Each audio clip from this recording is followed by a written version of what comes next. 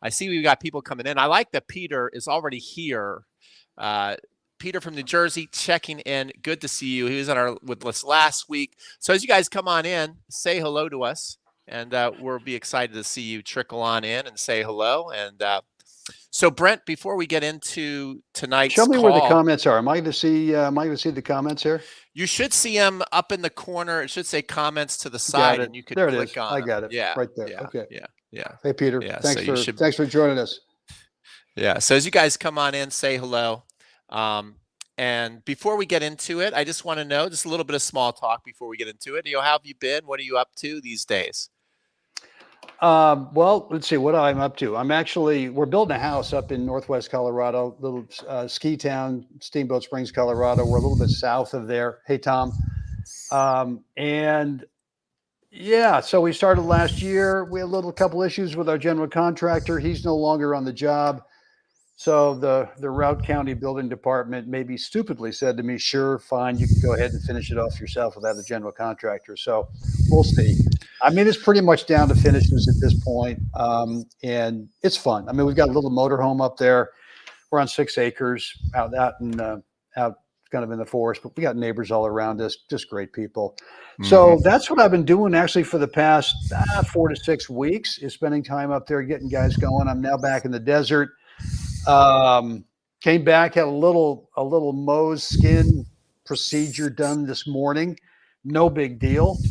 But tennis players are out in the sun a lot, and that's just one of the deals that you are going to have to deal with it. I go see my dermatologist. I saw him today, a different guy. Well, same office. He says, man, I got to be seeing you every 90 days. And I say, well, I already see you every 90 days. He said, well, maybe we should do it more often. So wow. Anyway, just a word out there for you guys. Just if you're out in the sun a lot, just go in and get it checked. Just get it checked on a regular basis and don't mess around with it. So other than that, what else? I got a granddaughter who's turns 2 Saturday. She just had a baby sister who turns 1 month Sunday or Monday. Nice. So and then I'm heading back to the Steamboat Sunday afternoon, and we're gonna get this house finished. That's awesome. Yeah. I just want to say good evening to everybody. I see you all coming on in. We're getting a nice lively crowd. As you guys come on in, continue to say hello. What we're going to do tonight is Brent's going to go through 10 golden nugget tips that he felt were instrumental in helping win 21 gold balls. Before we get into that, I have a couple questions for you that I'm just kind of curious about. Number one is, so you have 21 of these things. So for people who are maybe watching this, go, man, someday I want to win a gold ball. How many opportunities do you get a year on the circuit to bring a gold ball home, which is a national title, right? So how many opportunities are there a year that you have? One of the gold ball boxes and bring it over here. So Mai's going to bring over one of the gold ball boxes. I'll show it to you. So how many opportunities are there to win a gold ball in a year? All right. Yeah. So for me, there's in every age group, you've got 4 different gold ball events, right? You've got the hard courts, you've got the clay courts, you have the grass courts, and you have the indoors, and there's singles and doubles in both of those. My wife, and I play the national husband-wife, which is also done by age group. And there's 3 or 4 of those. There's, here you go. Here's what it looks like. Nice. So it's in probably a fake wood box. Anyway, and I'm sure the gold is not real. I mean, this one is this is the last year's the 75 indoor singles champion. Anyway, they got a little ball hanging out in there, and along with the event. So there's 8 that way, and then I said, well, yeah, mine. I've got. I guess there's 4. There's the same surfaces, and then you can also, and that's husband-wife. But last year or this year, actually won a national gold ball in mixed doubles, different than husband-wife, right? And same deal there. I think that there's all 4 surfaces in mixed, depending on the age group. So for me, I would say every year there's an opportunity for 10. Okay. Yeah. All right. Cool. And I take Mark, that back. who's I take that back. There's okay. there's eight singles and doubles, plus there's 4 husband wife, so there's 12 mixed doubles. I guess you could, I haven't played all the mixed doubles, but let's say there's 4, so there's 16. Let's say 16. So you got 16. Okay, that's good for people to know that 16 possibilities, yeah. such an active chance at that. And Mark, who's actually become a very, very good player. You actually might want to play with this guy. He's solid. He goes, Brent, come to Missouri and play in a tournament with me. I'll help you get a W. Like he would too. He's a good player. You would like playing with Mark. He's solid. What age group is Mark in? I think Mark's in his early 60s. Oh, Mark, you can comment and let him know. But yeah, and he's very, very fit and dedicated and big serve. But now he's starting to play really, really smart. And yeah, I think you'd like playing with him. Well, thanks for the invite, Mark. You never know. Yeah. Okay. So before last question and then we're going to get into the tips because this is another curiosity I have. So you have all these opportunities. Now, what is the process to be able to qualify for these tournaments? Can you just say, I'm a USTA member and I want to enter the tournament, or do you have to get your ranking as a certain state ranking? Like, what is the qualification to go play these gold ball tournaments? They're called Category 1s. Maybe they have a different, the ITF, International Tennis Federation, might have a different name for them now, but you just go online, you go to the tournament website for whatever that Category 1 is, that gold ball event, and you just enter. There's no qualifying. Oh, okay. So there's no qualifying. It's all organized by age group, right? So it's not like an NTRP tournament, which would be organized by your rating label. Any age can go ahead and, if you're a 4 or 5, well, any age from 18 on up can enter. Okay. Except for a 5-0. But I'm just saying that in these events, these senior, now called master events, it's all organized by 5-year age groups, right? 50, 55, 60, 65. I got the first one was 35s back in 1984, won my first gold ball, the hardcourt doubles, 1984, and then didn't win another one for 25 years. Until the 60 hardcourt singles. So one of those things where if you just keep showing up, you never know. Yeah. Okay. Well, let's get into that now. Now we've got a great crowd. I mean, this is pretty cool because we know we have a big debate happening later, and so I'm proud of you guys that you showed up for this. You guys noticed my TennisCon 8 shirt. We're ready early, but I got to just acknowledge this guy first. This is Michael Oriola. I used to give him lessons at Almond and Valley Athletic Club, which you probably know that club, right, Brent, in San Jose, California. I used to give him. Sure. I was the director of tennis out there. He says he's still playing at 76. I listen to Brent almost every day. I've gotten a lot smarter listening to him. And Michael's just a great, great guy. That's cool. Okay. Yeah. Well, listen, I got to give a shout out. A shout out to my boy. Rich Crinks here from Alameda, Northern California guy, and a fellow Berkeley Tennis Club member, and a great guy. And just like right there, Pete, for you and I, what we're doing with trying to help senior players, this is a guy who's just so into it and just will do anything, and just works like a dog. Work, and I love it. So, Rich, thanks for hanging out today. Yeah. One question here goes, Jude wants to know, what's the level, 3-5, 4-0, 4-5, or is this age group? Then you just enter at your age. You just age. It's just age group. So they don't, you start in the age group and then there's no sub organization after that, right? It's just age group. So that makes it a little tricky on some guys who are just getting started, because, if you're playing a my age group, the 75s, no one's rated 5-0. I think the top, our top guys are 4.5. But if you're a 75-year-old and you really want to start getting into it and you're, let's say, a 3-5, you might end up having to, luck of the draw, you might play a top seed first round. Or if you're down the 35s, let's say that you're a 4.5 player in the 35s, but there could be some guys right off the tour. Mm-hmm. Right? There could be some 6.5 guys right off the tour 6.0. So you're going to take your lumps for a while. You definitely, if you're getting into this thing and you're not one of the top guys in your age group, but that's all good. I look at that as get smacked around a little bit for a while, maybe a year or two, and as you learn, and but you got to hang in there. You just got to stay in there, and eventually, one of the great things I was told way back when I asked a guy, "Hey, how do you win a gold ball?" He says, "You just got to keep showing up. You have to keep showing up. You can't cherry pick.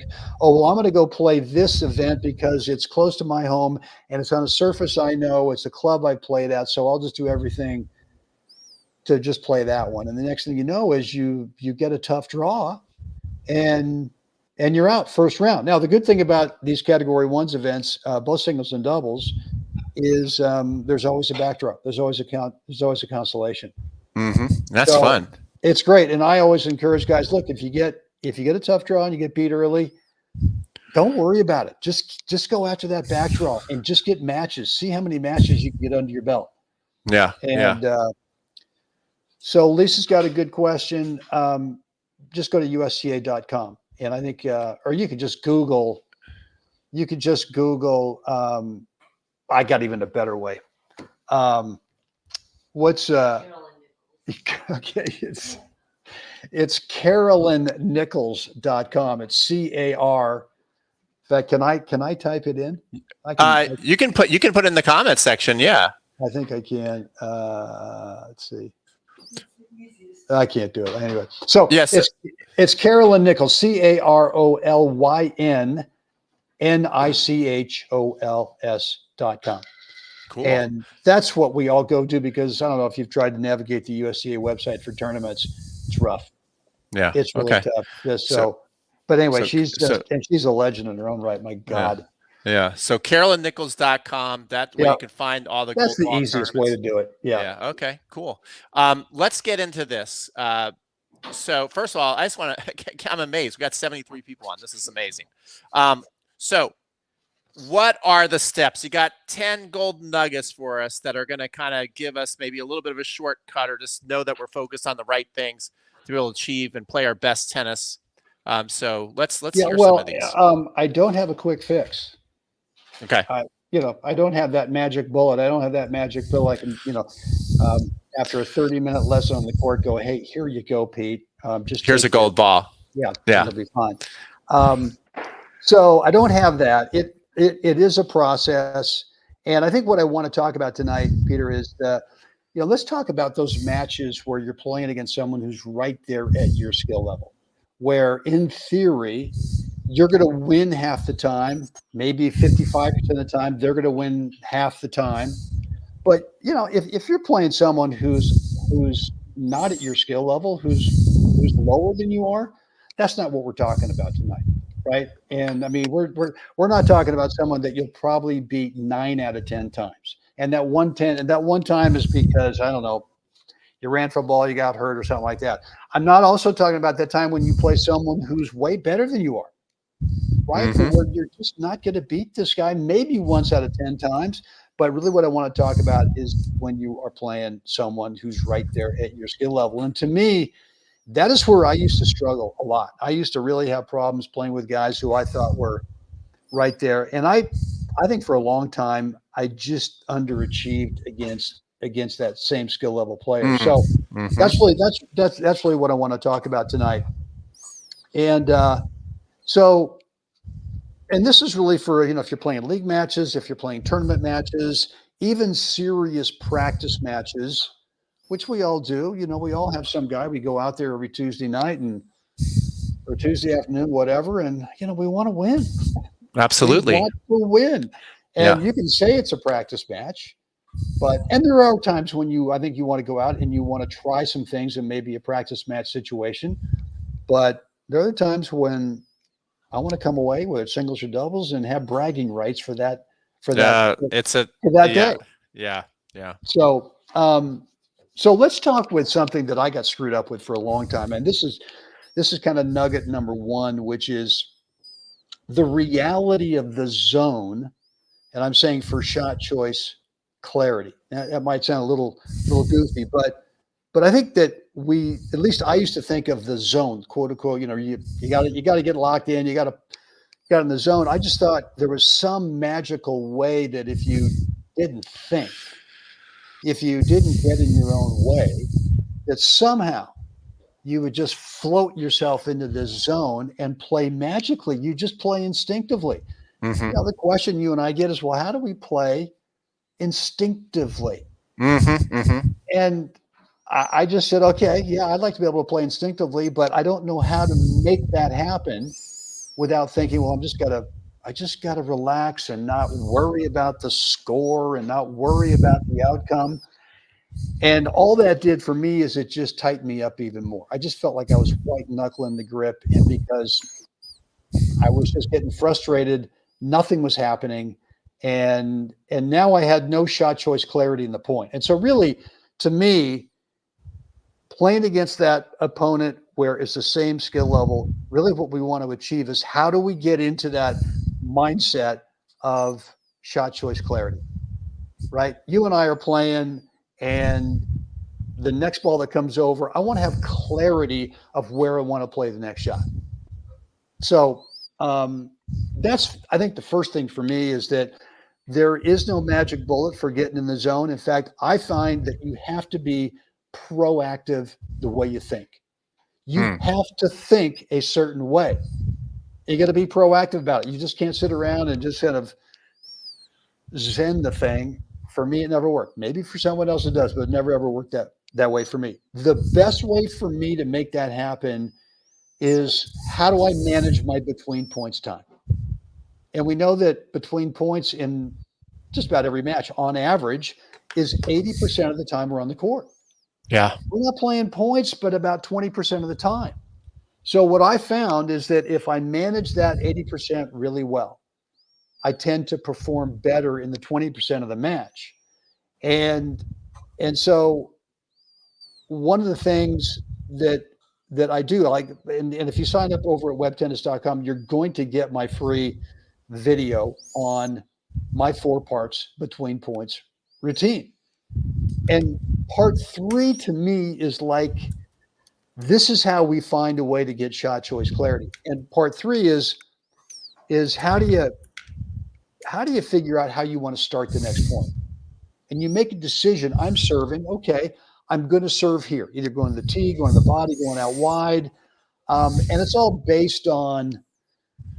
it's based on what I think is going to yield the best opportunity to win the point. I'm not going to think about, well, I have to win this point because the score is now 4-all and it's 30-all.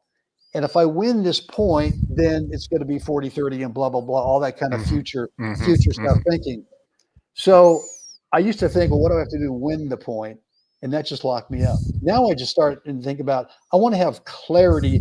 How do I start the point? Where am I going to serve to? If I'm returning serve, then it's here's the way the guy's been serving me so far. Then okay, I'm going to look for this. I'm going to look for that. But I'm going to start the point generally by just I'm going to return it right back down the middle at the guy and see if I can tie up his stroke technique a little bit, whatever. But that to me is proactive thinking between points. How do you want to start the next point? The next thing is, I think right at the end, and this is sort of nugget number 2 that I really screwed up on for a long time, which was how do you react at the end of a point where you've either made the shot that you really intended to make, or on the other side of the coin, you miss the shot that you intended to make. And what I used to do when I would miss is I'd get super analytical. I go, oh, well, let's see. I didn't have the right spacing. Oh, well, okay. I didn't have the right grip. Oh, well, okay. I did this, I did that, whatever it was. I would get deep into analytics. And you and I, that would sort of be normal. I mean, we're on the court, we're teaching a lot. And I mean, when I first started playing tournaments after I stopped teaching, man, all I could do was look at the guy over there and just analyze what's going on over there with the technique. And then when I'd miss a shot, I'd start to analyze, well, what's wrong with me? What I finally came up with, and this is a book I got just actually a few years ago, The Confident Mind. And it's by a guy, Dr. Forgotten his first name, but Dr. Zinsser, Zinsser. It's The Confident Mind. And he didn't talk specifically about tennis, but he was talking about other sports when you didn't do what you wanted to do, rather than analyzing what went wrong, and in tennis we do that technically, is to rewind the videotape of the match. Let's say it's a forehand that you intended to go cross court, and for some reason you hit the thing in the, halfway up the net or something like that. Rather than getting critical in terms of analysis, is rewind back a few points ago to where when you hit that forehand just the way that you wanted to, and just replay how that looked in your mind, rather than trying to analyze what went wrong. And so what I found is that when I hit the shot I really like in a point, could be the last shot, but it could be somewhere in the middle of the point. One of the things I'll do between points is I will start to create this, I'll imprint this little video in my mind of what that shot that I really loved, what it felt like, what it looked like. I'll just shut my eyes for a couple seconds, see that ball going over the top of the net a certain height. And so what I'll do is imprint this little video, knowing that, hey, in the next 2 minutes, I might miss the same shot. When I do, I want to rewind the tape and go back and just see that shot again in my mind. So it's always positive thinking. There's never a negative type of analytical. There's never a negative, I'm frustrated, I'm pissed off because I missed this shot. As soon as I miss it, I go right back to the one that I imprinted. Maybe it was yesterday, but I've made a clear impression on my mind. I'm going to put this one in the memory bank because somewhere in the future, I'm going to want to recall it. So that takes practice. That's taken me a long time to get that into something that I'm aware of. You really have to be aware of it, especially, and I do it a lot in practice, so that in a match it doesn't feel non-authentic. So the third thing. Can I stop you there before you go to your third thing? Because you just said something really important I want people to understand. He just said, I do it. I don't know if you guys can hear me. Sorry, let me put the mic there. He said, I also do that in practice. So when I do it in the match, it feels natural. And I think that especially when we get into the mind stuff, we start to go, oh, that's a good thing. I'm going to try that in my next match. Like if it's about serving, people understand like, okay, I got to go to the court and hit some buckets of serves. But when it comes to mind stuff, they just hear like good mental tips. Like I'm going to do that my next match. And I think almost everything that you're going to be able to work successfully, you have to work it in more of a closed environment before all the stress is there. Get used to the feelings of it, and then you can bring it out into the match. And I think that was so important what you just said there. So I just wanted to stop and recognize that. No, I'm glad you picked that up because I talked about the between points routine. It's a 4-part system, and I got that from Jim Lohr decades ago. And I sort of hybridized it to what works best for me. But yeah, I mean, if you pick up my video and that part's easy. Going through the video, which is, I don't know, it may be 10-minute video, goes through detail of each one of the 4 parts. Everyone goes, oh yeah, okay, that makes sense. I go, well, okay, that's 2% of the 100% of getting this thing to where you really feel like it's authentic to you when you play a match. So you can't get down to that 4-all, 30-all point going, okay, well, now I'm going to do the between points routine. Because if you do that, it just feels, oh, come on, man, you got to be kidding me. This is not real. And so, I mean, I still, to this day, I still practice that thing. I mean, I don't feel like it's riding a bike. I don't trust myself that if I don't keep working on it, that it won't go away, right? That I'll never, ever get it back. So, I mean, I'm not saying I do it every day in practice, but I do it often enough with that between points routine. I'll tell myself, okay, I'm going to play a series of points here. For the next 10 minutes, we're really going to make sure the only thing we do is just go with the between points routine. And then there's other things that I'll talk about today that I do in practice as well. So that, and you're right, Pete, once you get into the match, that it feels authentic, that it feels like you, that it doesn't feel like, oh, I remember that thing I saw in a video, or I remember that thing I read in a book. I better do it now. So, so that's good stuff. Okay. Let's go to the next one. Let's go to number 3. And I've kind of broken this up into categories: mindset, physical, experiences, practice, swing tech. I've got a little bonus at the end too.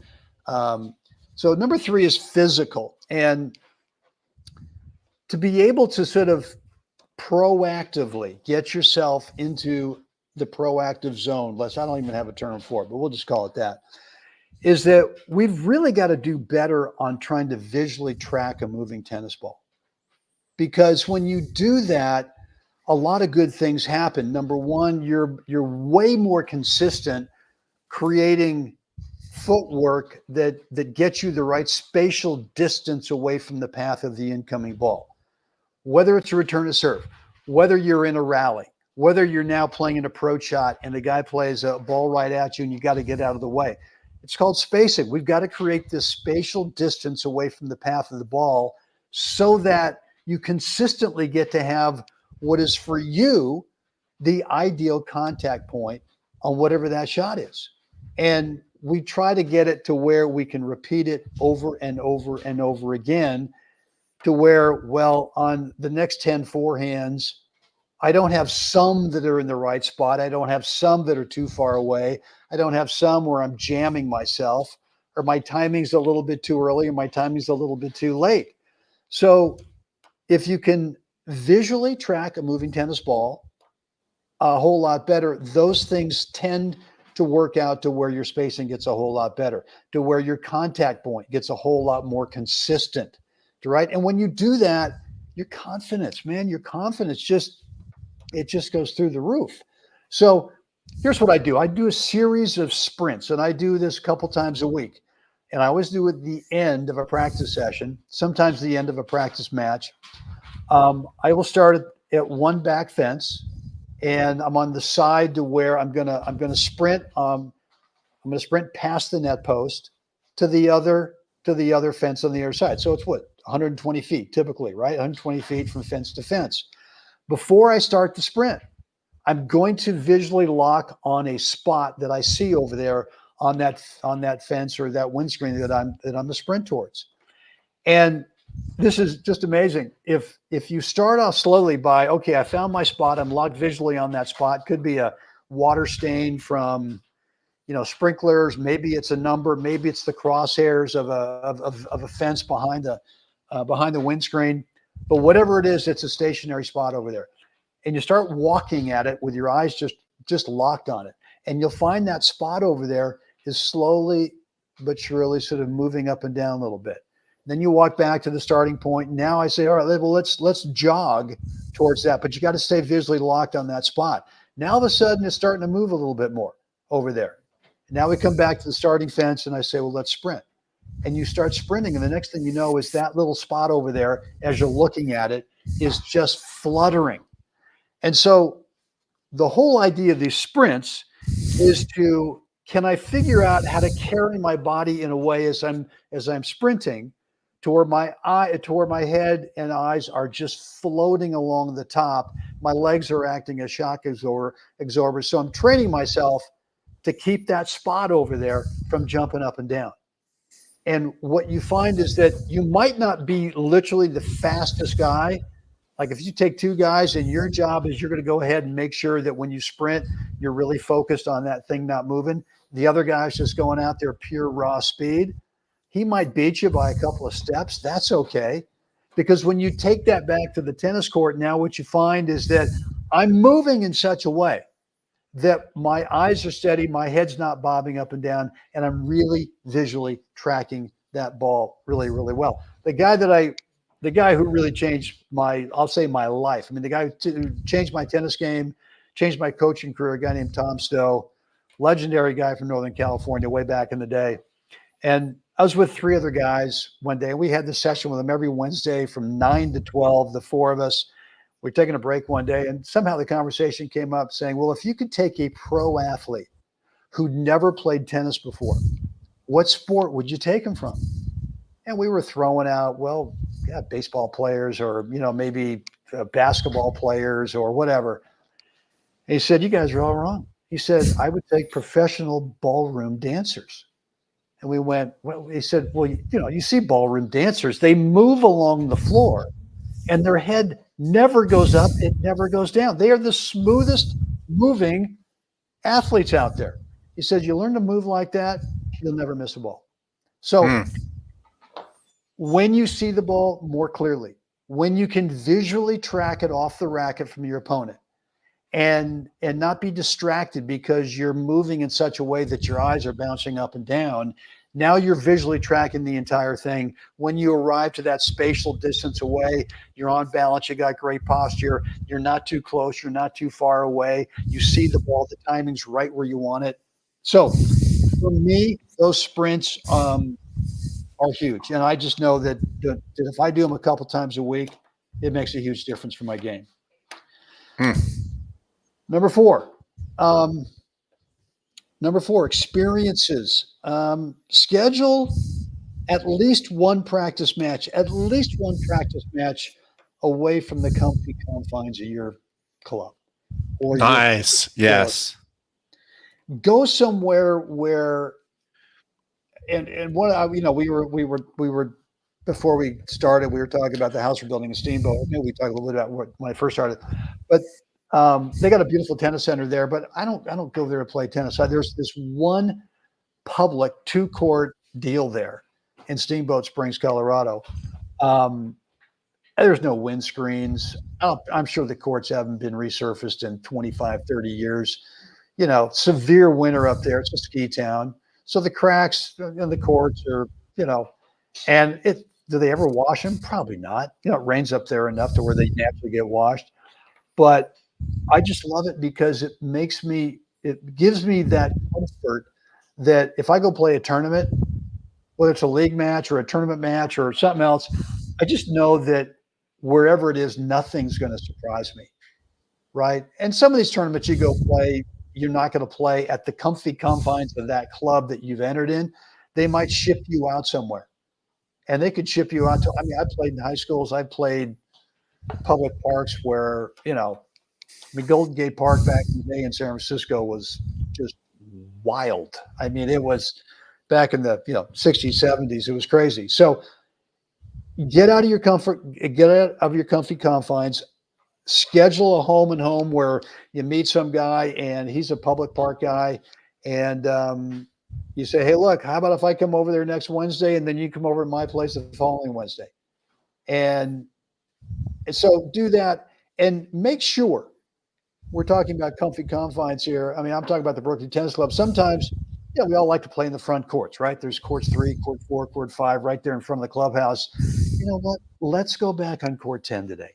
Let's go back to the ball machine court. Let's go back where, they got a backboard back there. Let's go back where it's just different. So get these experiences that are different so that when you do go play a league match at someone's club that you're not familiar with, or you do go play a tournament, that you're okay with that experience. You're not freaked out because, oh my God, I'm not playing on court 4 at the Berkeley Tennis Club. What am I going to do? So that's number 4. Number five, I got from my good friend Dave Severson, who's legendary. He just won the 70 hard courts here in Irvine a couple of weeks ago. And one of the things he told me that made a huge difference over the last few years is to take the sideline out of your target, out of your shot choice. Too often we're thinking, I got to play this shot close to the line, whether it's cross court or whether it's up the line. And he just finally convinced me that if you keep the sideline out of it, meaning that you play it, your target's, let's say 3 feet inside the sideline, whether it's up the line, whether it's cross court, most of the time, if you hit that target, the guy won't get to it. Or if he does get to it, you've stretched them out, which gets me to nugget number 7. And it just said, if you're a hair late and you're going up the line, but your aim point's 3 feet in, you're probably going to be just right there inside the line. If you're thinking, well, I gotta play this thing a foot inside the line, and you're here late, it's Mm-hmm. it's wide, and it's just maddening. You had you had this section of the court wide open, and you decided that you got a little bit greedy, and so taking the sideline out of it for me takes practice. It takes trust because we instinctively think, well, I want to keep the ball away from the guy. And the reality is, if you take the sideline, I'm not saying play it right up the middle every time, but don't flirt with that sideline. Just take it out of your target area, and what you'll discover is you're a lot more free going through the ball because you realize, hey, I can be a hair late here. Mm-hmm. It's okay. Hey, I can be a hair early here. It's okay. So take the sideline out. A great Dave Sievert thing I got from him. Now, speaking of targets, here's number 6. Target for me is a spot above the top of the net. So remember once I was on the court with Dennis Ralston back in the day, and I was getting coached from him in Austin, Texas, and I went down there a few times to get him to take a look at my game. And so he had a practice partner, and I'm playing serve and volley. I come in, I serve the deuce court, I get a backhand volley, and I just hit it as clean as I can hit a backhand volley, but it just rattles against the tape, right? Just the very top of the net doesn't go over. I couldn't hit it any better, but he said, well, what's your target? And I said, well, that spot over there, about that little corner over there inside the sideline, inside the baseline. He goes, no, man, your target is a spot above the top of the net. So I said, so you're saying I don't have to worry about the baseline over there? He goes, that's right. You don't have to worry about the baseline, about keeping it inside the baseline. Find that spot. It's a little window above the top of the net, and that's your target. And I came away from that lesson just with the biggest epiphany. Couldn't wait to get back and start practicing that. And the next thing you know is it just changed my game. It just changed the way I thought about shot choice. Serving, I no longer think about the service line over there, Pete. All I think about is I'm either going T. So when I'm bouncing the ball, I'm kind of looking over there. If I decide I'm going T, then I'm finding a little crease in the tape over there. I'm finding a little dark spot on the top of the net, and I'm going, okay, there's my spot. I'm going 12 inches above that. So as I go through my tossing motion, I'm looking up at the ball. I'm not thinking about, well, I've got to somehow bring this ball inside the service line. I've just got this freedom to swing through that window, whether it's T, whether it's body, or whether it's out wide. And it's just made a huge difference for me. It's kind of like, have you ever got one of those drapes where you put it on the net? So your student, you're playing a practice thing where you can't see the other side of the court.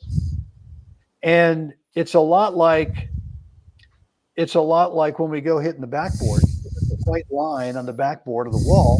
All we ever think about, let's hit the ball above the white line. And so now when I look at whether it's a serve, whether it's a return, whether it's an approach shot, in my mind, I'm looking at the ball in the approach shot, but I'm calculating, I know where the net is, I don't have to look at it, but I'm just calculating where's the window that I want, and that's my target. I'm going to hit it through that window. And good stuff. I just feel like that's really, really a big takeaway for me. So number 7, I was talking about take the sideline out of it where you stretch the guy out. One of the things, and I know that you'll agree with me on this, trying to help someone realize you've got the guy stretched out, you've got to be moving in. You've got him stretched out. You can't wait to see and then react. You've got to assume that you've got him stretched out, and that even if he gets to it, a couple of good things are going to happen. He's going to be compromised with stroke technique. He's not going to hit the greatest shot of all time. And he's probably going to take another step or two to recover away from the court because you've stretched him out. So your job now is take time away. And that means moving forward. That means, okay, man, Peter, I'll give you the sideline, right? I'm going to give you that foot up the sideline. Okay, I'll give you the little foot cross court. And if you want to do that, that's great. I don't think you can do that every time. So I'm same situation. If you hit that, I'm still coming in the next time.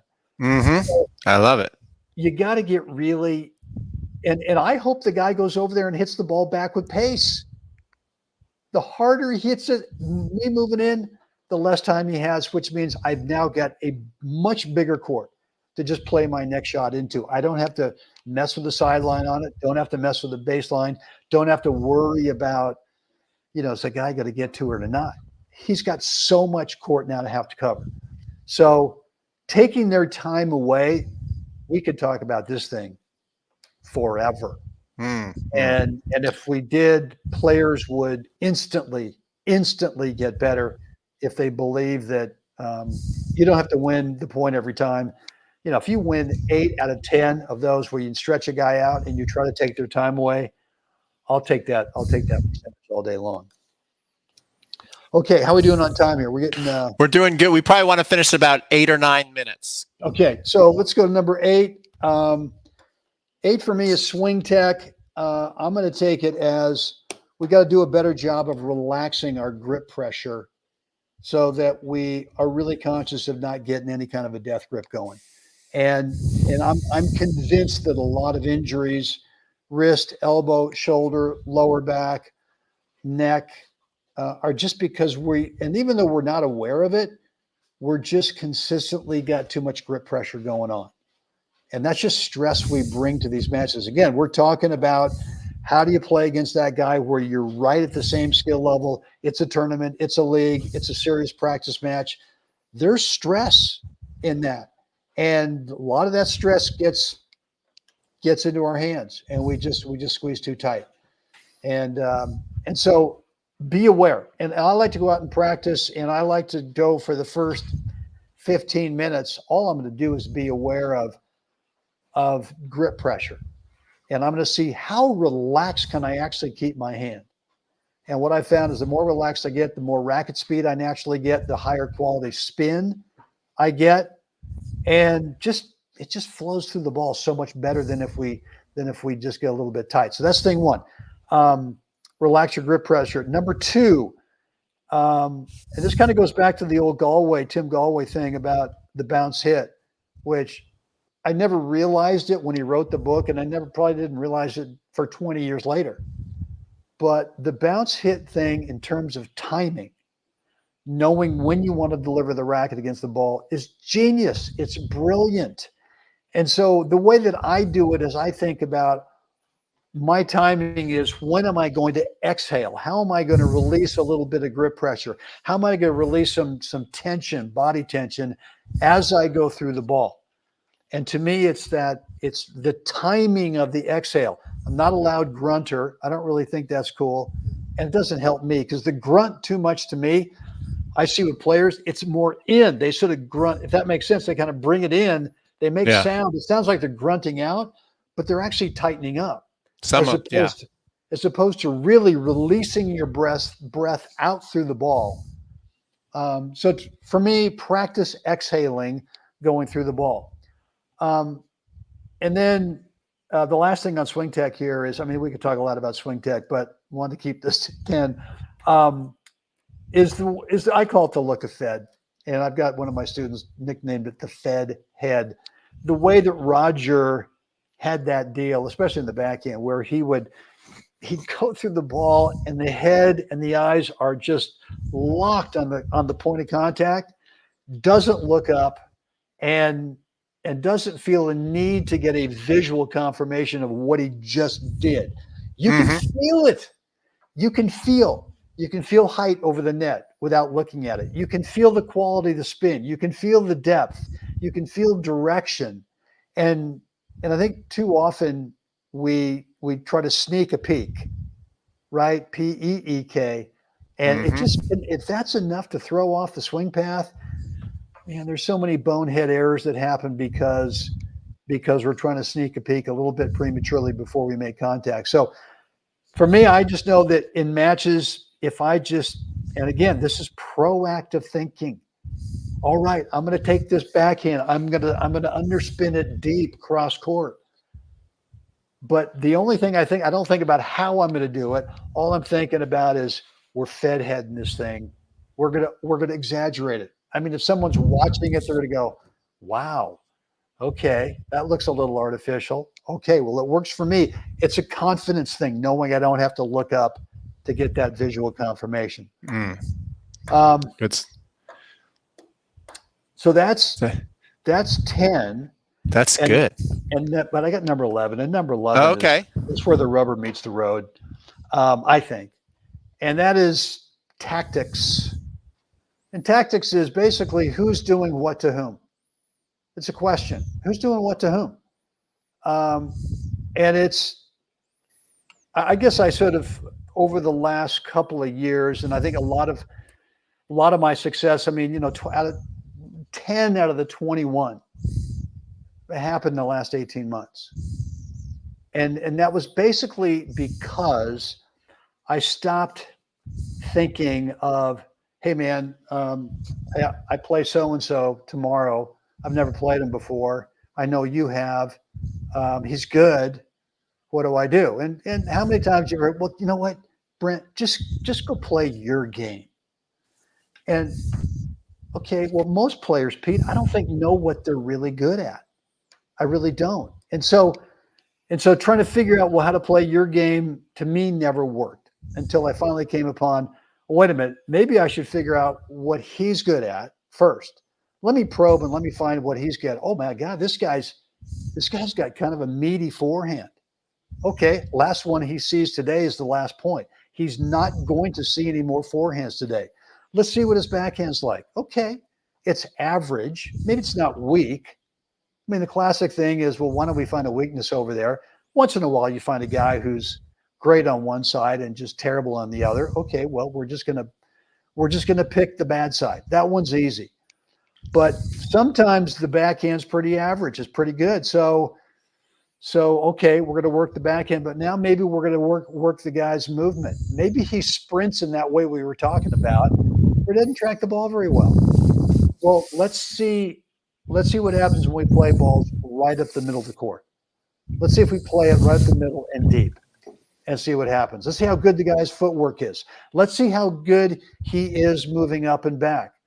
Is he great? Can he track down drop shots? No? Okay, well then let's disguise a bunch of backhands or whatever deep and then just throw in the dropper. He gets to it. Okay, let's go ahead and play the next shot. We're going to lob over his backhand. Let's check his fitness. Let's see how fit this guy is. Let's see.